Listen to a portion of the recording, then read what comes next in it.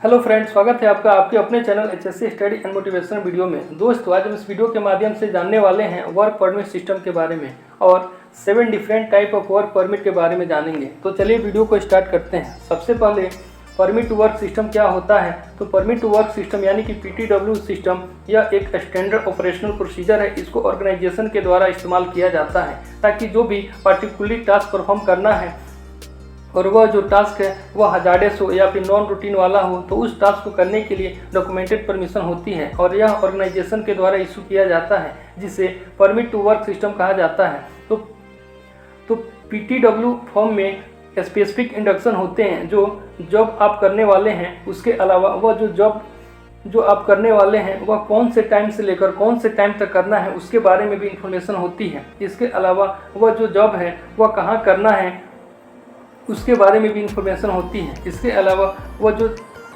अलावा वहाँ पर एजुकेट इंफॉर्मेशन होती है क्रिटिकल सेफ्टी प्रोसीजर के बारे में जो आपको फॉलो करना होता है। यह सारी इंफॉर्मेशन पीटीडब्ल्यू के ऊपर होती है।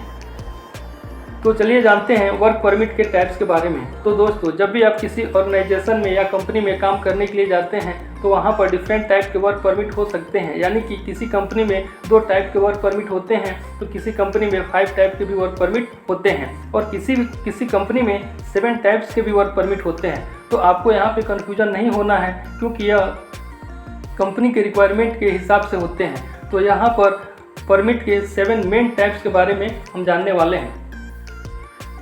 Hot work permit, cold work permit, height work permit, confined space work permit, excavation work permit, electrical work permit या इलेक्ट्रिकल आइसोलेशन वर्क परमिट भी कहा जाता है। नेक्स्ट है केमिकल वर्क परमिट। तो दोस्तों, इस तरह के 7 टाइप्स होते हैं, लेकिन आपको एक बात ध्यान में रखना है कि हर एक परमिट जो हमने यहाँ पर देखा वो कैटेगराइज किया गया है और वह डिपेंड होता है वहाँ पर नेचर ऑफ जॉब क्या है और वहाँ पर जो हजार्ड इन्वॉल्व है तो उसके बेस के आधार पे इसको कैटेगराइज किया गया है। तो चलिए इसको डिटेल में जानते हैं।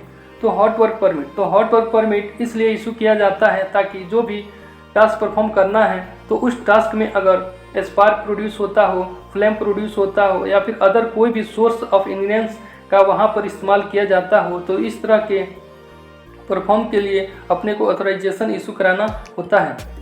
एग्जाम्पल के तौर पे वेल्डिंग एक्टिविटी, सोल्डरिंग या फिर फ्लेम्बर गैसेस हो या फिर अदर कोई भी हीट इंक्लूडिंग ऑपरेशन हो, तो इस कार्य के लिए हॉट वर्क परमिट इशू कराना होता है। नेक्स्ट है कोल्ड वर्क परमिट। तो कोल्ड वर्क परमिट इसलिए इशू किया जाता है ताकि मैन्युफैक्चरिंग प्रोसेस में अगर मशीनरी को ऑपरेट करना हो या फिर कोई अदर फंक्शन करना हो या काम करने के लिए वहाँ पर किसी भी तरह का हीट जनरेट नहीं होता हो, तो इस टाइप के वर्क के लिए कोल्ड वर्क परमिट इशू किया जाता है। एग्जाम्पल के तौर पे मशीनें इंक्लूड करते हैं बेंडिंग, शेयरिंग, स्पूजिंग, ड्राइंग इत्यादि एक्सेट्रा। जो भी वर्क हैं इसके लिए अपने को कोल्ड वर्क परमिट इशू किया जाता है। नेक्स्ट है हाइट वर्क परमिट।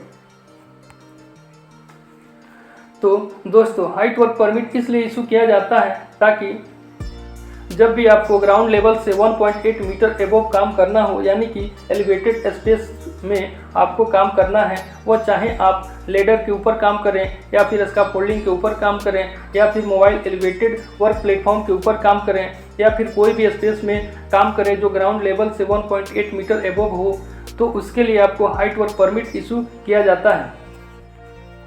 नेक्स्ट है कन्फाइंड स्पेस वर्क परमिट। तो अगर आपको नैरो स्पेस के अंदर किसी भी टास्क को परफॉर्म करना है और वहाँ पर उस नैरो स्पेस में स्पेसिफिकेशन यानी कि आपको वहाँ पे सांस लेने में तकलीफ हो रही हो या टॉक्सिक एटमॉस्फेयर हो या फिर वहाँ पर कुछ ऐसे सब्सटेंस हो जिसकी एबिलिटी आपको निगल जाने की हो, तो ऐसे हजार्डस और नैरो स्पेस में टास्क करते वक्त अवेलेबल हो, तो उस वक्त या उस कंडीशन में आपको confined space work permit issue कराना होता है। एग्जाम्पल के तौर पे यदि आपको वेंट में, शॉप्स में या फिर स्वेक्स में या फिर टैंक के अंदर काम करना हो, तो उसके लिए आपको कन्फाइंड स्पेस वर्क परमिट लेना होता है।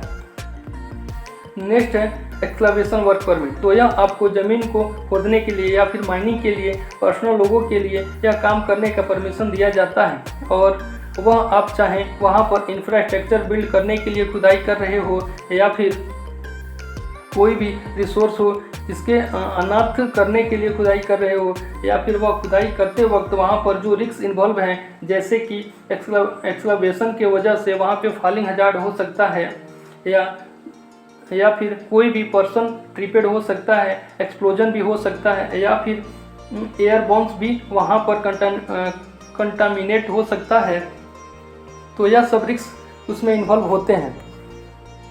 नेक्स्ट है इलेक्ट्रिकल परमिट, जिसे इलेक्ट्रिकल आइसोलेशन परमिट भी कहा जाता है, और यह परमिट हाई वोल्टेज जोन के ऊपर काम करने के लिए एक ऑथराइजेशन होता है, यानी कि वहाँ पर इलेक्ट्रिसिटी फैल जाती है और वह अनकंट्रोल हो जाती है। तो इसलिए हाई वोल्टेज जोन में काम करने के लिए यह एक ऑथराइजेशन होता है और परमिशन होता है। कॉमन जो भी इलेक्ट्रिकल आइसोलेशन वर्क है उसको मेंटेन करने के लिए log out take out system को फ्लो किया जाता है, और साथ ही साथ इलेक्ट्रिकल के द्वारा वहाँ पर साइड मेंटेनेंस भी होनी चाहिए। नेक्स्ट है केमिकल वर्क परमिट। तो दोस्तों, जब भी आपको हार्मफुल केमिकल सब्सटेंस के साथ आपको काम करना है तो उसके लिए आपको केमिकल वर्क परमिट इशू किया जाता है, या फिर केमिकली इंक्लूड जो भी एटमॉस्फेयर है, जो चाहे वह टॉक्सिक एटमॉस्फेयर हो या फिर कैरोसिव एटमॉस्फेयर हो, या फिर बाई नेचर, वो भी बाई नेचर, तो उस कंडीशन में आपको केमिकल वर्क परमिट इशू किया जाता है। ज़्यादातर जो केमिकल इंजीनियर हैं उनको केमिकल लैब में या फिर केमिकल प्लांट में काम करना होता है, यानी कि उनको हार्मफुल जो भी केमिकल सब्सटेंस है उसके साथ में रह के काम करना होता है। तो उस कंडीशन में केमिकल वर्क परमिट इशू किया जाता है। तो दोस्तों, मैं आशा करता हूँ इस वीडियो के माध्यम से 7 types of different work permit के बारे में आपको पता चल गया होगा। तो बस आज के लिए इतना ही, मिलते हैं नेक्स्ट वीडियो में एक नए टॉपिक के साथ। तब तक के लिए टेक केयर, बाय बाय।